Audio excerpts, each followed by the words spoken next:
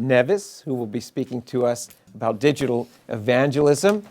Some of you were with us last week and enjoyed the presentation. We're looking forward to another hour with you, Sam. But just quickly, I'm going to give you his bio. So if you didn't have an opportunity to meet Sam in our presentation last week, here's a little bit about him.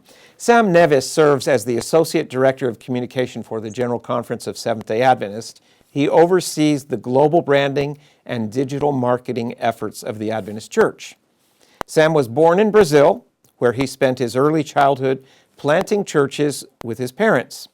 At great sacrifice, they sent him to an Adventist boarding school in England. As a third culture kid, he learned to live among 40 nationalities. After his BA in theology in Brazil, he was called to the Trans-European Division of the Adventist Church, and there he ministered in London, and he completed his master's at Newbold College. Sam has served as a local church pastor for 11 years, ministering to over 60 nationalities until his call to the United States in 2015. So he's been there now coming up on 7 years. And we appreciate what you shared with us last week, Sam. We're looking forward to hearing from you again. And we just want to thank you for taking time out of your busy schedule to speak to us about reaching people with technology that's available to us today. God bless you as you present.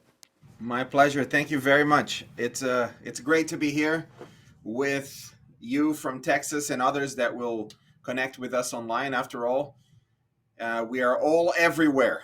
When it comes to digital, there are no boundaries. There are no fences or borders. It seems that we all have access. And if you're listening from Texas live, then it's a pleasure to talk to you. If you're listening from Texas 3 days from now or maybe longer, I hope that this information will be helpful. And if you're listening from anywhere else in the world, this also applies. Today, I'm going to take you on a journey that will go through one thing. And I had 7 things to tell you about, but I have learned that people don't learn 7 things. So it is one thing. And that one thing pertains to the most important platform in the history of humanity for the proclamation of the gospel and the fulfillment of our mission. And I wonder if you could write in the comments there, if you're watching on YouTube or Facebook, if you could watch what you think that platform is. Would it be Facebook? Would it be Instagram? Maybe you're on Team Twitter today, or TikTok, the new platform. Maybe you are on the YouTube team. Maybe Google itself, just search engines. Perhaps it's podcasting. What do you think is the most important platform for the proclamation of the gospel, and therefore should be the most important platform for the Adventist Church? Go ahead, write it in the comments, have a go, try it. The comments will arrive here a little bit later, but I've got my YouTube here open. I am looking at it. We've got a few people on YouTube now. Have a go to the chat and type something there as to which platform you think it is. So Evelyn says it's YouTube. Do you agree with Evelyn? Or do you have a different opinion?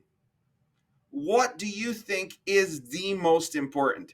Because Facebook has more people using it. They've crossed 2 billion followers. That's a lot of people. You also have gaming with 3.4 billion gamers around the world. You have TikTok, which is coming up to 1 billion users.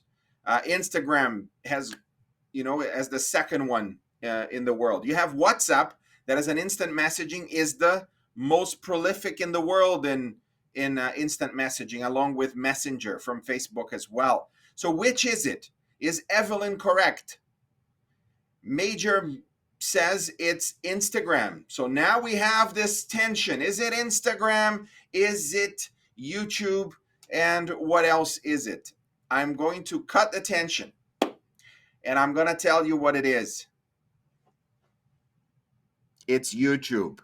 Evelyn, you are correct. YouTube is the most important platform there is when it comes to the proclamation of the gospel, because YouTube is unique in the sense that it is a social media platform. You do have comments and interaction, and people spend quite a bit of time there, but it is also the second largest search engine in the world.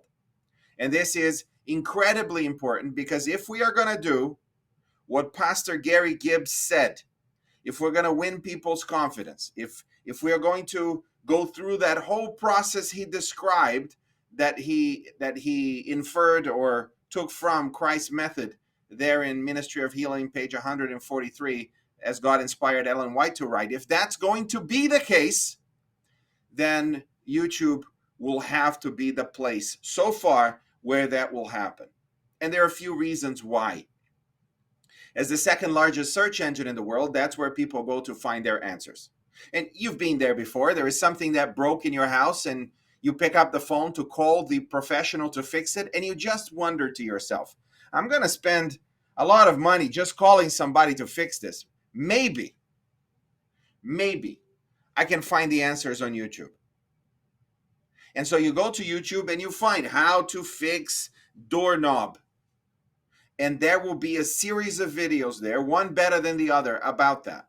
About your exact model of dishwasher. About how to change the thing in your old car.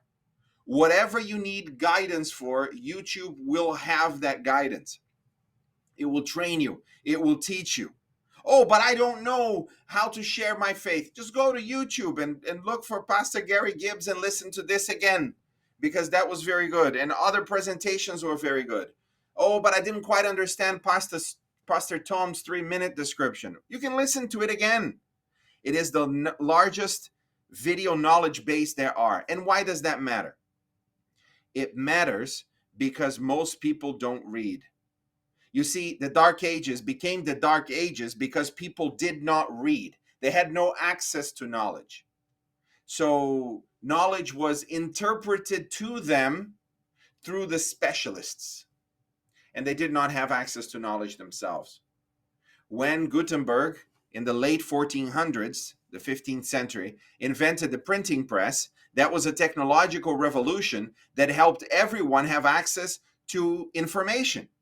They could now read. But the truth is, we say everyone. It wasn't everyone, because most people did not know how to read.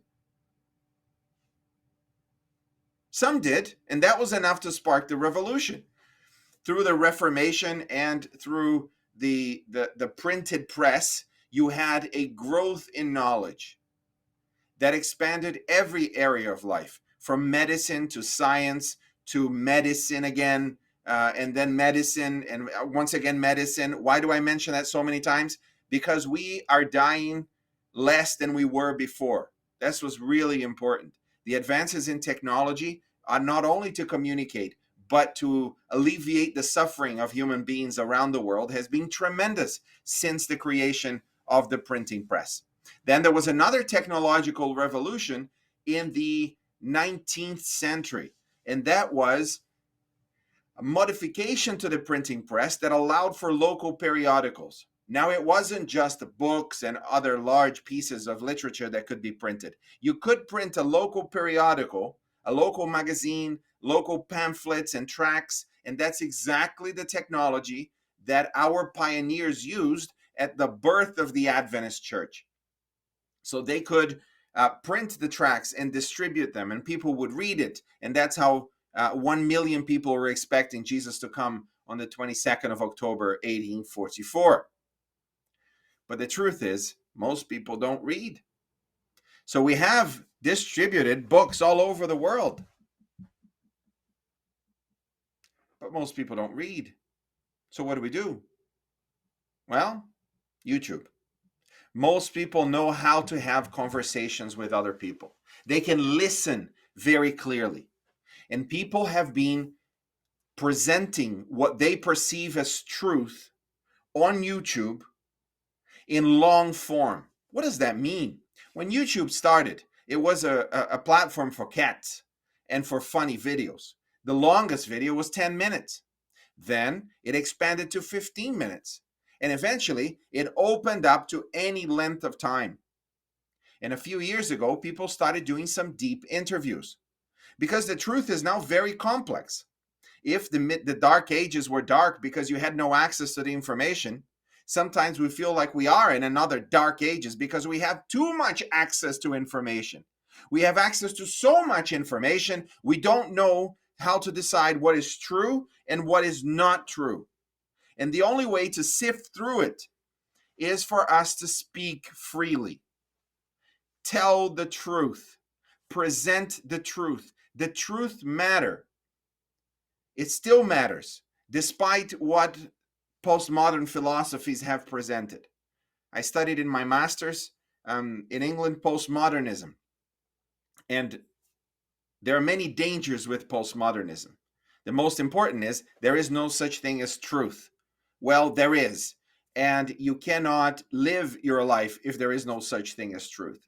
And people are discovering that very quickly. A pandemic has a way of having people trying to find out the truth because your life depends on it. So what is true and what isn't true becomes very important. And you have now new generations that are listening to hours and hours between podcasts and videos, and the spoken word has now emerged as the 21st century method of communication. Words still matter. It is still words that have power over us. So choose the right words as you look at YouTube. Today, there are two things that people search for alone: pornography and religion. The idea that your friend is just going to come to you and say, I wonder if your church could help me. That's not going to happen. It's very unlikely that that will happen these days, because whatever questions we have, we go to YouTube. Whatever questions we have, we go to Google. There are some that say that people are less interested in God, especially in America. And the research shows that people are less interested in God and the Bible in America than they were before. What they don't realize is that all of that interest has gone to Google and YouTube. You can search for what people are searching for, and people are searching more for biblical content and truth now than they were 5 years ago. We are experiencing a profound crisis of meaning and truth. As I mentioned last week, and this is really important, our young people are not looking for reasons to leave the church. They are desperately searching for reasons to stay. People that are considering becoming Seventh-day Adventists and accepting Jesus fully as their personal Savior, they are only doing it when they understand the truth. This is incredibly important. Being able to present truth in a simple way, not a simplistic way, but a simple way. And the best way to do that is YouTube. Well, I'm going to share a video from my pastor explaining it. The truth is, not even your pastor is as capable of explaining something to your family and friends than you are. So I want to challenge you today to start your own YouTube channel. It's not complicated.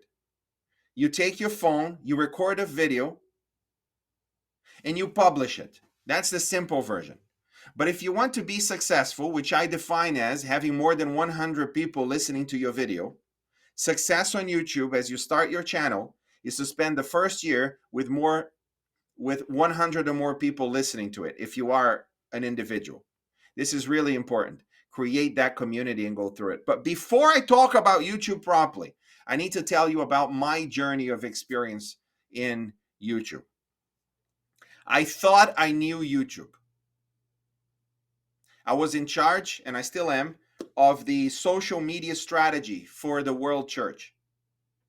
So I read and I understood and I watched and I could lecture about YouTube quite well. And then Elder Wilson organized for someone to come and talk to us about YouTube. Elder Wilson, Ted Wilson, is the president of the General Conference. He said, Sam, come together with some other departments and let's listen to a presentation about the power of YouTube. So everyone sitting there were looking at me because I run the YouTube channel of the church. At the time, we had 20-something thousand followers. And we had some videos with more than 1 million views. And I was not happy, but I wasn't upset about our channel. But that was before the meeting. This guy, his name is Matt. He's a YouTube consultant now. And it still is a air traffic controller He is the media director for Pastor Mark Finley's church plant in Virginia. And he came to the general conference, and Matt is a very, I'm not sure he's an introvert, but he appears to be an introvert. He's very, as a matter of fact, kind of guy. So not enthusiastic. No, just let's look through. If YouTube is really important, and it is, let's look through our YouTube channels. And that was a disaster. Everybody was there. Everybody that mattered. There were about 30-something people in this room. The treasurer was there. You had other departments there. You had Adventist Mission there. You had people from technology there. You had people from Hope Channel there. About 30 people in the general conference. And he proceeded to destroy us. Channel by channel. Look at this channel. It doesn't look like you want anybody to watch your videos. Your title is very vague. Who would click on this? Your description is not helping. Most videos don't have any description. And he proceeded to point out the 60 ways in which we needed to get better. At the end of that meeting, I felt humiliated. And maybe you've experienced this in your life, where you sit back and you go, I thought this was all right, but it's not. And I knew that as people looked, they would be looking at me and going, you failed. And you know that voice in your head that tells you that you fail? That's a really important voice. But what really matters is not what that voice is saying. What matters is what you do after you hear that voice. Which, from my perspective, was to get up, focus, sharpen up, and talk to Matt about getting our YouTube channel in order. We had a series of conversations, and I decided this is it. I need to understand this for myself. And that's when we absolutely went into YouTube profoundly. This was 2019. We're now approaching 200,000 followers on our YouTube channel, and our top video is coming up to 10 million views. So this journey that I'm about to give you is not a complicated one. It starts by someone telling you that what you've been doing isn't good enough. If you have a YouTube channel, congratulations. Can you make it better? If you don't have a YouTube channel, it's not good enough. Start one. Oh, Pastor Sam, but I'm not a person that explains anything. Then help someone start one. Be involved in your local church YouTube channel.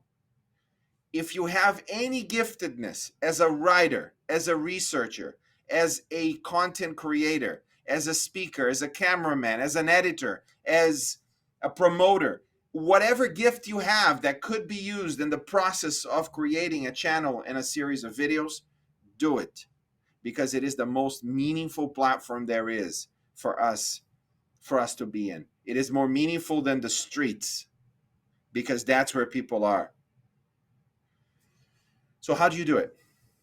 I want to simplify the entire process of YouTube into 3 simple steps, 3 simple questions, and we are going to navigate those. So if you could pick up a chat and write down this one by one, the chat will be your memory of what happened, or write it down somewhere else. But write it down. I am summarizing to you more than 1,000 hours of research and content gathering and knowledge. And I'm summarizing it in the next 15 minutes. So it is worth paying attention and writing it down, even if it is to take it to the person who runs your YouTube channel. Okay? So here we go. Principle number 1, question number 1. What is that first important question? If people see your video, will they click on it? That is the first question. Somebody type that in the comments. If someone sees your video, would they click on it? And in order for that question to be answered yes, there are a few things that you need to do. Thing number 1, you need a good thumbnail. What is a thumbnail? A thumbnail is the little image that you add to the video. It's the little picture. that you see in the video. That's called the thumbnail. And you need to investigate and figure out how to best do a thumbnail. So if you want to learn this, just go to YouTube and type how to create a thumbnail for my YouTube video. Ta-da! And listen to that. They will teach you how to do it. The second thing you need to pay attention to is the title of your video. Your title there needs to be very different than a sermon title. I have learned that the worst people at writing YouTube titles are pastors. The absolute worst. Why? Because a good sermon title is the exact opposite of what a good YouTube title is. In fact, a sermon, when delivered as a brilliant sermon in the art of preaching, is a terrible YouTube video. And this is important for you to understand. Why? A sermon title is intriguing because the preacher has a captive audience that would read the bulletin and would be interested in what he has to say about it. So he cannot give everything away. It has to be intriguing and enticing and interesting. That's a sermon. It is necessarily vague. Sermon titles are generic and vague.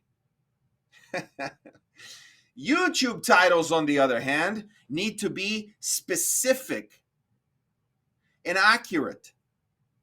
So, yes, they need to be enticing, but they need to deliver. They need to promise what the video will deliver.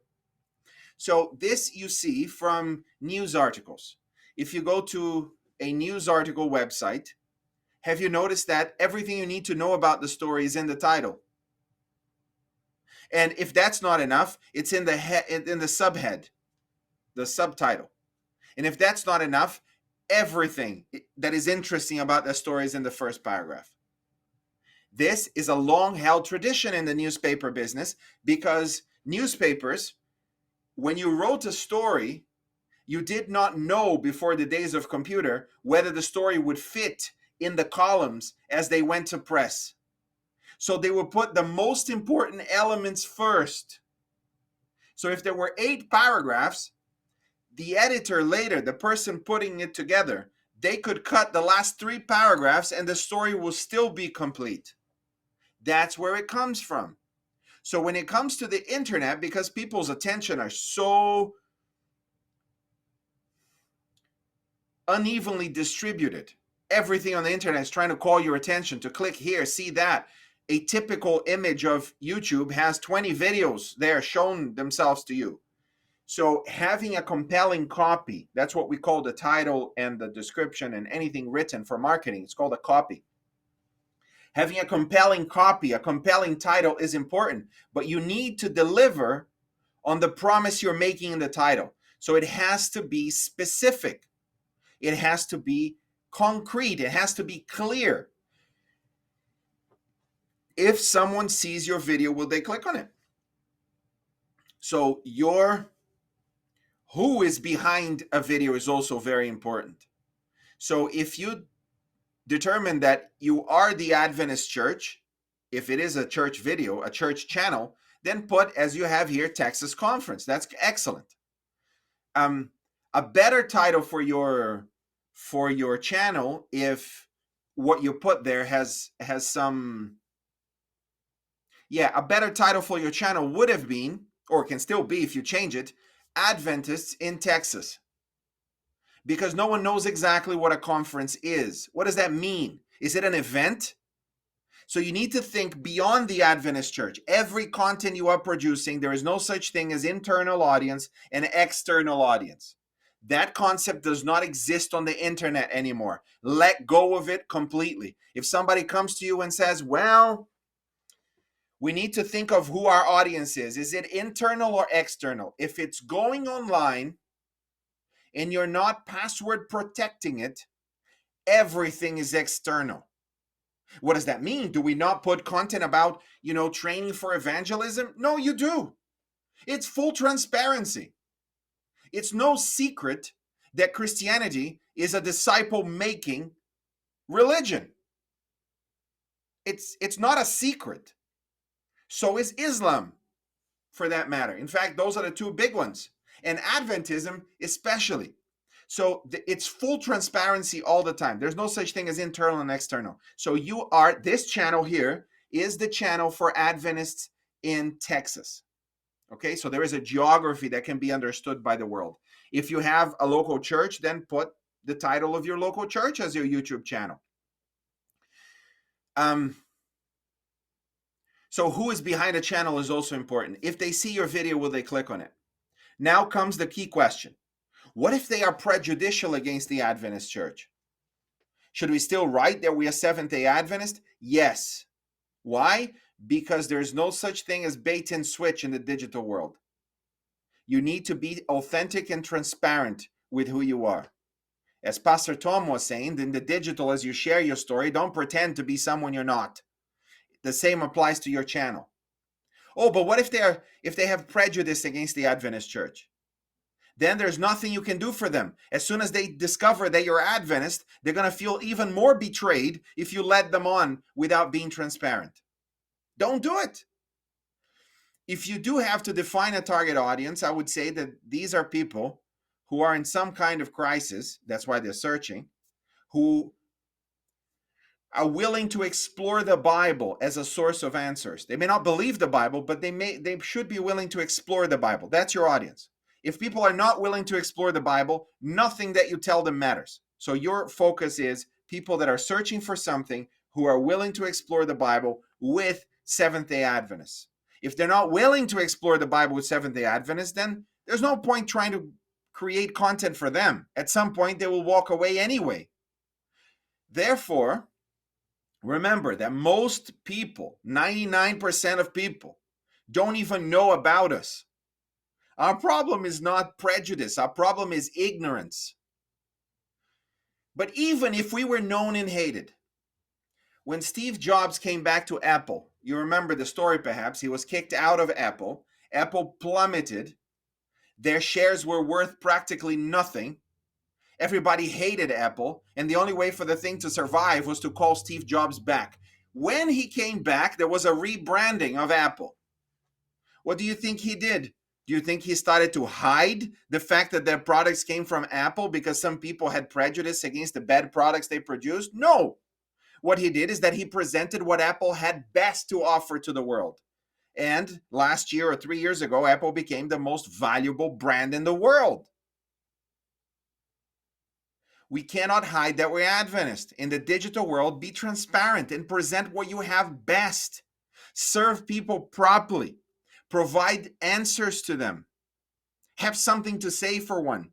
Your video could be as simple as, here's what the Bible says about death. Or maybe you're more specific than that. You say, the Bible is clear about where your mother is now once she passed away.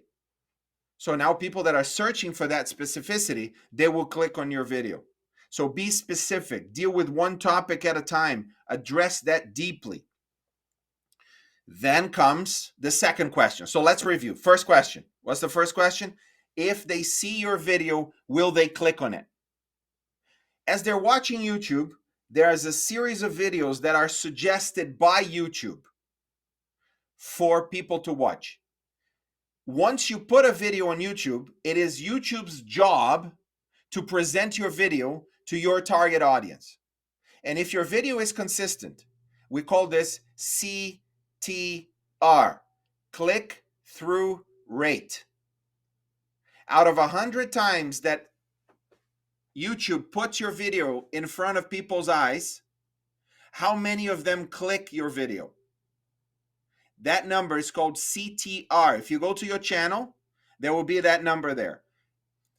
That number, if you achieve anything above 6 or 8%, you are doing really well and your video is going to explode. If it's lower than 2%, you need to change your thumbnail and change your title.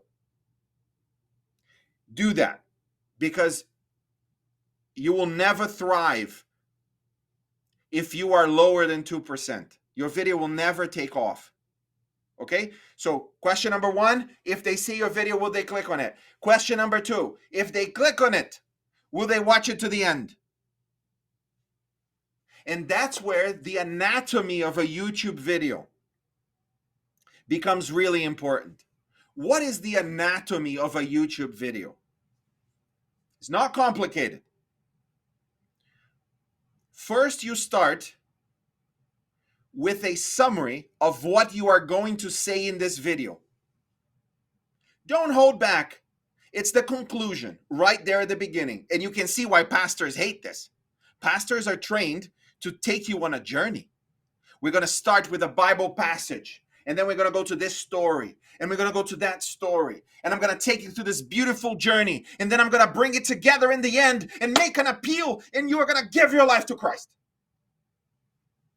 That is the opposite of a YouTube channel. A YouTube video has a different anatomy. A YouTube video, let's say it's an appeal, starts exactly as you're hoping to end. So you would simply say, in this video, I'm going to challenge you with 3 main truths that will make it very difficult for you not to give your life to Christ. That's it. You are outlining the conclusion of the video right at the beginning. Why is that important? Because those that are not interested in seeing that content will click away immediately. And that is wonderful. That is gold. Because YouTube will then focus on the people that stay watching. If out of 100 people that click on your video, 90 of them leave your video within 10, 20 seconds. It doesn't even count as a view, by the way. It informs YouTube that these 90 people are not interested, but these 10 people are. And the next 100 people that YouTube will present your video to are people that are like these 10 people. So the more focused you are on the content you're going to present within the first few seconds, the more important it is for the algorithm to present your video to other people that may be interested. So you start with, here is what this video is about. After that, you create some kind of introduction. Maybe you have some songs, not as in singing. You're not going to sing. Maybe you have a little vignette, we call it, a little introduction with some music. It could be just 3 seconds, 5 seconds, 7 seconds. Don't make it longer than 10 seconds. It's just a short little vignette that gives the personality of your channel. And people say, yeah, I quite like this. Interesting. After that, talk about your channel. Okay? So people stayed with you. You had the introduction. You told them what you're going to deliver in that video. They watched your little intro. And now you're going to talk about your channel. And do this very quickly. And you would introduce yourself, and you would introduce what you do in that channel. That's it, 2 sentences. And then you go straight to the subject. Okay? Then you start delivering on what you came here to say. First part, tell them what you're going to say. Second part, do the introduction and presentation of your channel. Third part, say what you came here to say. Deliver on the promise of the title. Finally, summarize what you just said and invite them to watch another video. That's it. That's the anatomy of a YouTube channel. You got it. The final part is really important because of the third question. The third question is, if they watch your video to the end, would they watch another one? And that's where series become important. That's where pointing to the next video in this series becomes important. That's why pointing to, if you have other questions that you have, we have answers for them. That's why that ending part helps them to imagine that this video was so helpful that I need to subscribe to it. So the best place for you to call people to subscribe is actually in the middle of delivering your content. So in the middle of that part where you say what you came here to say, that right there in the middle is where you stop and you say, if you think this is helpful, consider subscribing. And if you want to see all of our videos, click the little bell and YouTube will notify you about them. Toward the end, ask people for their opinion. So they write it on the chat. Maybe you disagree with this completely, but you are engaged and we want to hear from you. write down in the comments. So people write down in the comments. Okay, so that's an extremely important part of that call to action. You know, you need to make an appeal. Make an appeal related to the content and make an appeal related to your channel. That's also toward the end. That's the anatomy of a YouTube video. Now, the final question, as I said, if they watch your video to the end, would they watch another one of your videos? Now, this is where cadence is important. You need to have as many videos as you possibly can. What is the length of the video? Let's say you're going for a long format. So 1 hour, 2 hours, 3 hours. You're probably going to want to do one of those per week only. If your video is shorter, question and answer. That's it. Maybe you go to bibleinfo.com and you're going to take a question there. You're going to read an answer or create a video content based on that answer, and that will be your video. Okay, fantastic. Can you do that once a day? Now, you can take one Sunday, record all of them, and just once a day, you post it.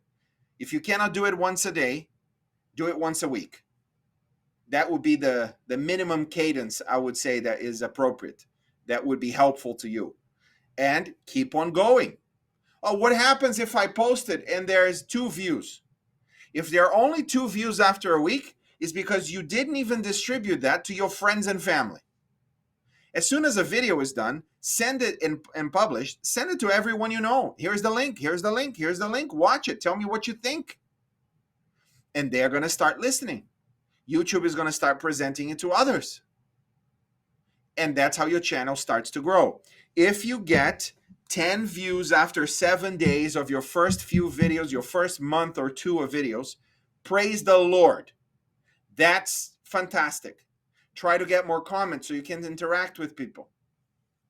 Create a better description so YouTube knows who to serve that video to. Build a community around your content.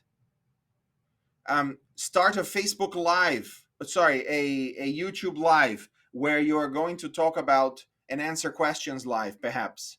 And let people know that that's what you're going to do. And if there are 3 people there, then that's it. There are 3 people there. For live events, invite people that have more people on their channel. Just say, I'm really starting this channel out. I hope you can help me. Can you talk about my video on your videos? Do a collaboration with them. But what you want for the first few months is at least 10 views per video that you release. Start building a community. If by the end of the year, you are getting personally more than 100 views on each channel, on each of your videos, you have absolutely succeeded, because those people are committed to watching your videos. They keep coming back. If you want to give them Bible studies, put your number on the video. It's not like you're having a million people watching anyway. You have 100. You can manage that. Put your WhatsApp video, your WhatsApp number there, if you have WhatsApp, or your regular number, and say, contact me if you're looking for more Bible studies. I can help you understand the Bible to find freedom, healing, and hope in Jesus. I have helped many people in the past, and I can help you. Who knows what will happen from that? I know what will happen if you never have a YouTube channel, and that is nothing. Nothing will happen if you don't have a YouTube channel, unless you're focused on another ministry, obviously. But there are many ideas that are the best ideas that we've never did, we've never accomplished, we've never followed. So I want to encourage you in your local church, pastors especially, take this opportunity to provide pastoral care to your members through your videos. Take this opportunity to provide training about marriage and about anything else that God has inspired you to research and know a thing or two about. Take this opportunity to alleviate the suffering of others through a comforting word, through a life coaching tip, through a comment about what's happening in society, to a comment about what's happened in the local news. Whatever it may be, I pray that God will give you the power of the Holy Spirit to take digital evangelism seriously, especially on YouTube. And when you make it happen, contact me. Find me on any of the social media channels and say, Pastor Sam, I did it. I have 7 views so far. I would help you promote it more, because we need more digital missionaries like this. Finally, I mentioned Adventist Teams last week. This is where you will connect with a team of creatives to create those YouTube channels and those YouTube videos. That's what you need. Join Adventist Teams, adventistteams.org. Build a team of creatives and get the training that you need and get it done.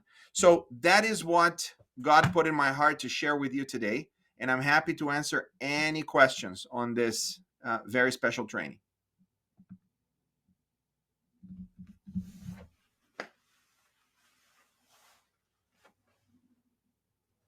Well, Pastor Sam, thank you again. Just as last week, this week's was enriching and enlightening and understanding. I like what you said too. You know, we are living in a postmodern world, or even beyond that now. But the idea that truth is relative, and you know, your truth is for you, and my truth is for me. But people are looking. So you said that people are looking not to churches so much as to the internet, and specifically YouTube, for answers about religion.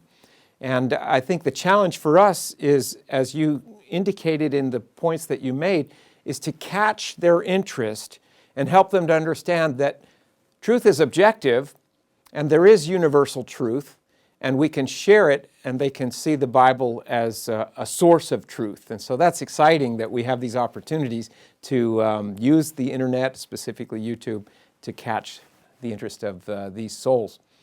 So. That's right. I wanted to ask you a little bit. Go ahead. If I may, not just catch their interest, because that is an important part of it, but answer their questions. That's just the beginning. Yeah. You know, answer it. Go deep. Right, that's just the beginning. Go deep. Just as deep as you possibly can comprehend. If people are interested in that answer, then they are going to follow you for an hour as you present this and then that and then that, and there's this evidence and that evidence, and Jesus says this here and he says that there, but there are people that are questioning it, and I'm going to tell you, build a case and present it. Now this is more apologetics, right? But there is also pastoral care content.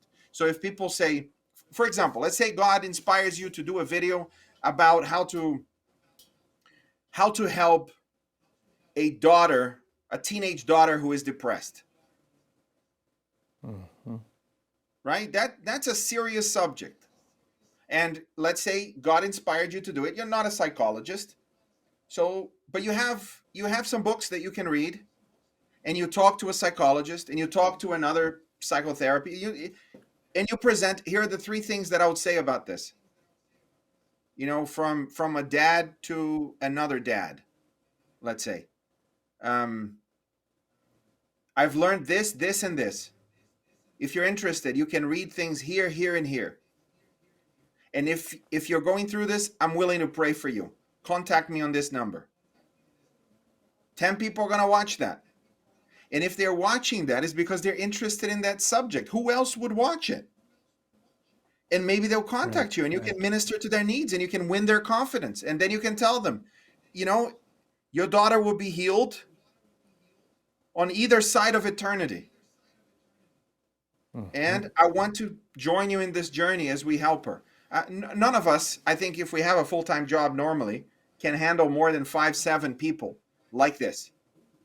So your YouTube channel is a way for you to connect with people that are hurting.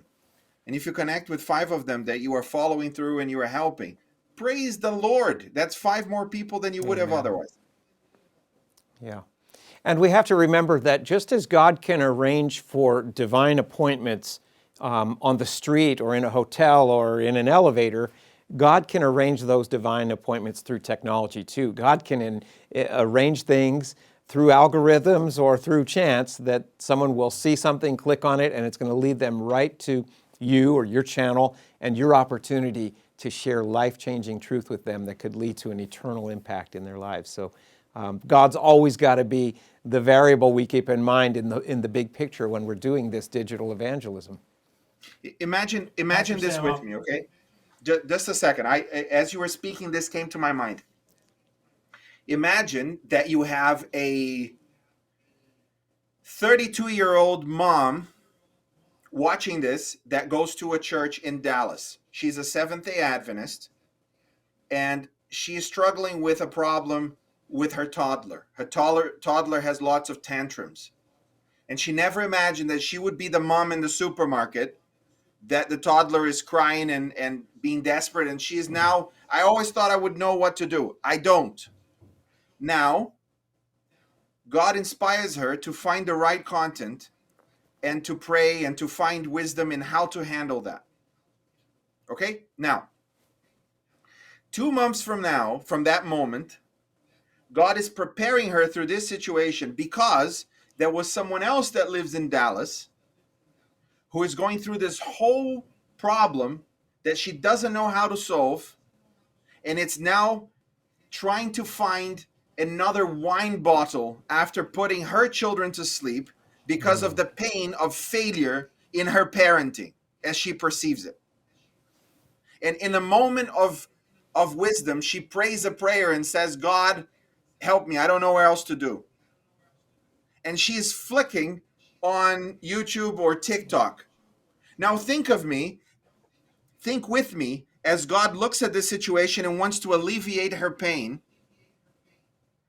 If God is going to speak to her on YouTube, one of us will need to turn on a camera because we are the body of Christ. Can God speak directly through her? Absolutely he can. But in the history of humanity, he seems to like very much using us for ministry. So our Seventh-day Adventist mom in Dallas could have gone through that, had a YouTube channel. She puts out the video, and now God, as you were saying, Pastor, through the algorithms, he can alleviate the suffering of one of his children who does not have a direct connection with him yet. And from that point, God can heal the relationship and bring forgiveness and bring healing to a parent who is at her wit's end.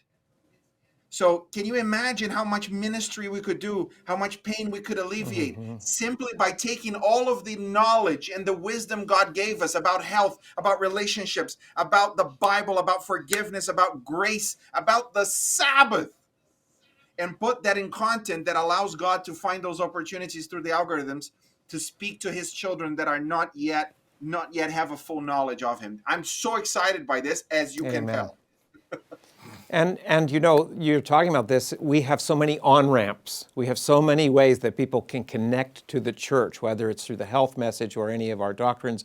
And those on-ramps are just opportunities that can be, that people can find on the internet as well. So, Pastor Tom, you wanted to share something.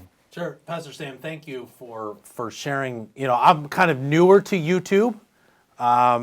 And YouTube's kind of intimidating, so let me ask a couple of just very practical questions. How produced does a video have to be? Do I need lots of ring lights, different camera shots, all that? So production, how fancy does it have to be? How long are the videos? Do they have to be, you know, within 15 minutes, an hour, 2 hours? Is there, you know, some guidance on that? And then how often is a good cycle to get to post? So how produced? How long, and how often do I need to post to keep the traffic coming? Those are excellent questions. As we're talking about Texas and not, you know, a country where access to equipment is difficult, if I was giving this training to some places where equipment was difficult to secure, like Sierra Leone, for example, I would say take your phone and that's more than enough. But Texas has access to equipment. So I would say go to Amazon, buy a ring light with a phone holder. Okay. That would set you back about $60. If you can afford it, buy some AirPods with a microphone. That will take care of the audio. If you have an iPhone, if you have an Android, there are equivalent for Android.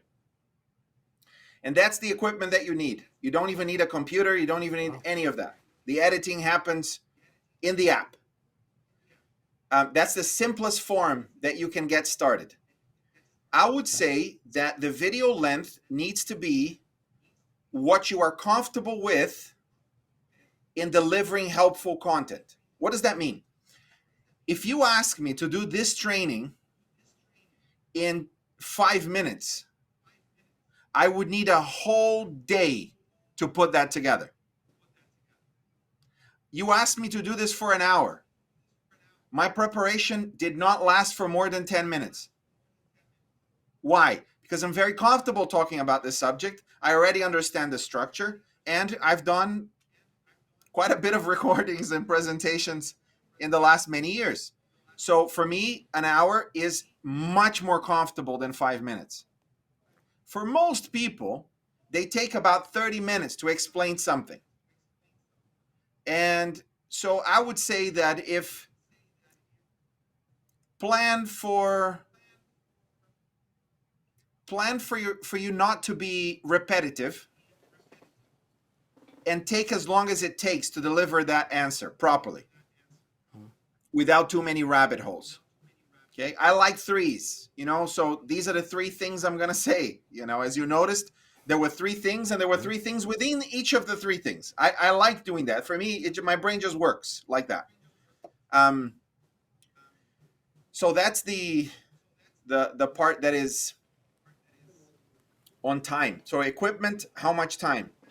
And what I would say is start with subjects that you are comfortable with, that you know the answers to. And as you read the comments, as people respond, as you ask for feedback, get better. Okay, this week, I'm going to focus on the title of my video. I'm going to watch YouTube videos about how to write a title. When you do that, then you go back to all the other titles and change them, because you can change your titles continually. We change our thumbnails and titles every 3 months. As soon as we change them, we help YouTube to find the audience better, and then the videos grow in their size. There are videos that we do that to 6 years after publishing them, and we are still changing and tweaking, and it still works beautifully. That's the difference of YouTube to Instagram and Facebook. Facebook, Instagram is now. YouTube is 10 years. So that's why it's, dollar for dollar, it's worth investing. Minute for minute, it's worth investing on YouTube rather than other platforms because of that thing. So I think that would be the simplest thing. With $100, $200 perhaps, if you go for the really top quality AirPods, that should be sufficient. Now, as a conference, do not be tempted to help members buy equipment. This is really important. We have learned this, Pastor, and I know it's tempting. It's like, okay, we really need this, and it's so important. Let's take it to AdCom and the executive committee. Let's vote here $2,000, and we're going to buy equipment for 10 people to do it in, and so on and so on. Brazil has tried it. Epic failure. We had Europeans try it. It was worse than the Brazilians. Even the Africans tried it. God needs people that are willing to put their money where their mouth is. And we have discovered that the best YouTubers are those that do not depend on the church to make it happen. They just buy their own equipment, they focus, they put the time, and they do it. If the conference wants to help, because this is something the conference can do to help, make your studio available when necessary. So I presume you have a studio. Is that at the conference there? Yes. Yeah. So schedule people to come over. Okay, you want to record a video? This is our setup. We have a teleprompter. We have the cameras. We won't be able to have staff for you. You need to bring your own staff, and we need to believe that they know what they're doing, because this equipment is sacred and expensive. But once you satisfy those things, let them have access to the equipment so they can take their production to the next level, but they are the ones doing it. YouTube does this. It's called YouTube Spaces. YouTube has a studio in London, one in New York, one in Hong Kong, that if you have more than, I think, 10,000 followers, you can schedule it. You'll go in. They will set it up exactly as you need, but you need to press the record button, and you take the memory card home and you edit it however you like. And that's the role of the church. I believe the conference is, here is a setup. It's available here, here, and here. When is most convenient for your team? And allow that to happen. because you can do a lot of videos in a short space of time if you have a teleprompter, if you have all of that. So that to me would be that's what I've learned observing different instances of encouragements around the world in terms of YouTube. Sure, appreciate that. Thank you. Well, Pastor, thank you so much again for your time. What a blessing. You've shared a wealth of information, some very practical things we can do. Now, I'm thinking as I watched your presentation, I need to go back and make a few changes to the things that I've put up there on my YouTube channel as well to put into place the practical pointers that you gave. So thank you so much. What a blessing. I know our viewers have been blessed as well. And I hope this has given you the impetus you need to just say, hey, I could do this. I can start with a simple setup with my phone and some simple equipment. And there's something that God has given me to share, because remember, you can tell your story. There's something about your story that will connect with somebody else who needs Jesus and needs the understanding that you have of biblical truth and a relationship with Jesus. So please, take what you've learned today in personal evangelism from Pastor Gibbs and in digital evangelism from Pastor Nevis. Take these things and use them to help God's kingdom grow, because He's counting on us. As Pastor Sam said, angels could do it or God could do it directly, but in the history of humanity, we notice He counts on people to make it happen. So God bless you in your effort. Thank you again, Pastor Sam, Pastor Gibbs. Tom, appreciate you being here and sharing with us. And we just want to wish you God's richest blessings until we're together again next week. We'll be live on the ground in Dallas, and we'll be streaming as well, so you can join us from anywhere in the world. God bless you.